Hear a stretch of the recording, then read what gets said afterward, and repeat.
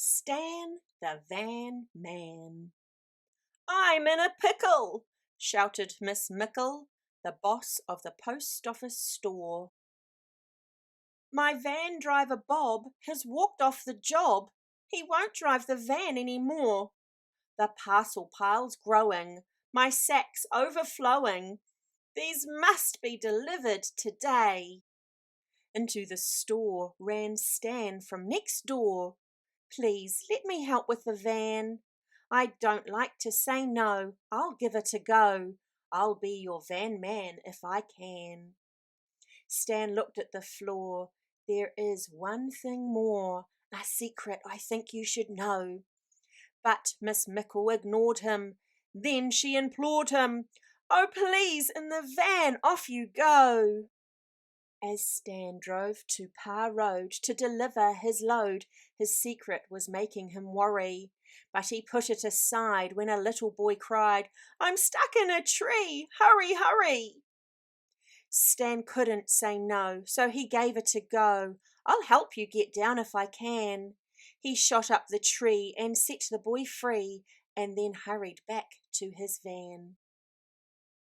Soon after that, Stan helped a lost cat, then a man in a broken-down car. "I don't like to say no. I'll give you a tow. Tell me, do you have far to go?" It was now after 1. Many favours he had done, but the parcels he had not delivered. Stan's secret, you see, was that he could not read. He looked at the parcels and quivered. "The names are perplexing. The addresses are vexing," said Stan, who was shaking with fright. "It's all a big mess. I'll just have to guess, and I hope I get some of them right." Old Mrs. Vine at 79 got knee pads, a skateboard and hat, while little Guy Yee at 93B got 2 squeaky toys for a cat. Mr. McDrew in house 82 was puzzled to get a pink horse, while short-sighted Miss Brock, expecting sunblock, applied a thick layer of sauce. Miss Trinity Tate, flat 128, opened a book about ants, while Professor John Moore, whose house was next door, was astonished to get ladies' pants. From behind different doors came squeals and roars. People griped and grumbled and growled. To the post office they rushed, their faces all flushed. "Get rid of that van man," they howled. Miss Mickle, the boss, was exceedingly cross. "What have you done, Stan?" she cried. Stan's face went bright red, and he lowered his head. "I've not learned to read," he replied. Miss Mickle felt bad. The people were sad. Stan could not take any more. "Here's the van key. This job's not for me," and he turned to walk out of the door.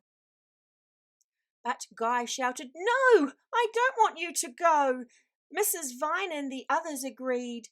"Let's all help Stan, our helpful van man. Why don't we teach him to read?" Miss Mickle said, "Yes, we can sort out this mess. We'll teach Stan all that we know." So each lent a hand, teaching reading as planned, and Stan happily gave it a go.